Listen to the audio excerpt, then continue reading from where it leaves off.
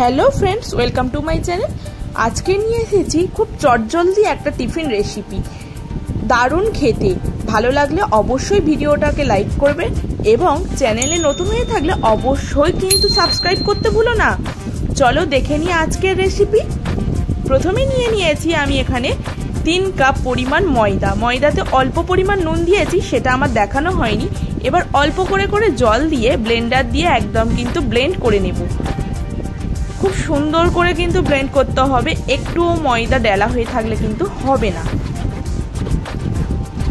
আমি অল্প অল্প জল দিচ্ছি আর ব্লেন্ড করতে থাকছি। খুব পাতলা করেই কিন্তু আমি এখানে গুলবো। এবার নিয়ে নিচ্ছি ডিম। আমি এখানে 4টে ডিম ব্যবহার করেছি। ডিমগুলোকে সরাসরি ফাটিয়েই আমি ময়দার ব্লেন্ড করছি যেখানে, ওর মধ্যেই কিন্তু দিয়ে দিচ্ছি। দিয়ে আবারও ভালো করে ব্লেন্ড করে নেব।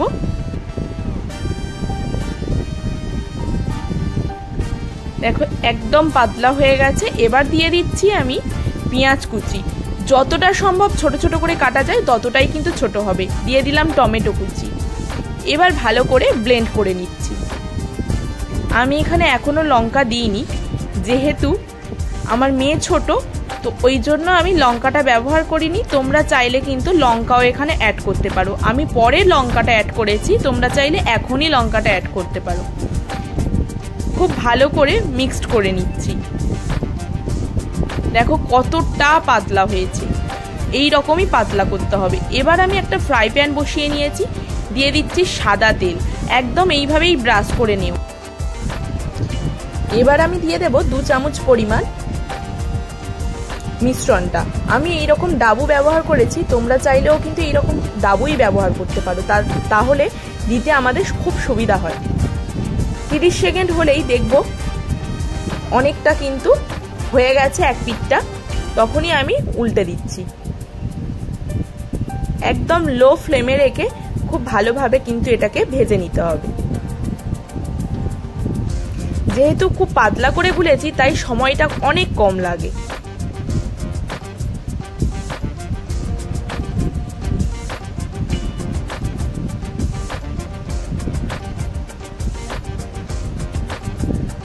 একদম কমপ্লিট। দেখো পুরো ব্রাউন কালার হয়ে গেছে। এটা সস দিয়ে খেতে জাস্ট ওয়াও লাগে। আমার মেয়ে তো ভীষণ ভালোবাসে এই রেসিপিটা খেতে। তোমরাও কিন্তু বাড়ির বাচ্চা থেকে বড় সবাইকে এইরকম রেসিপি করে খাওয়াতে পারো।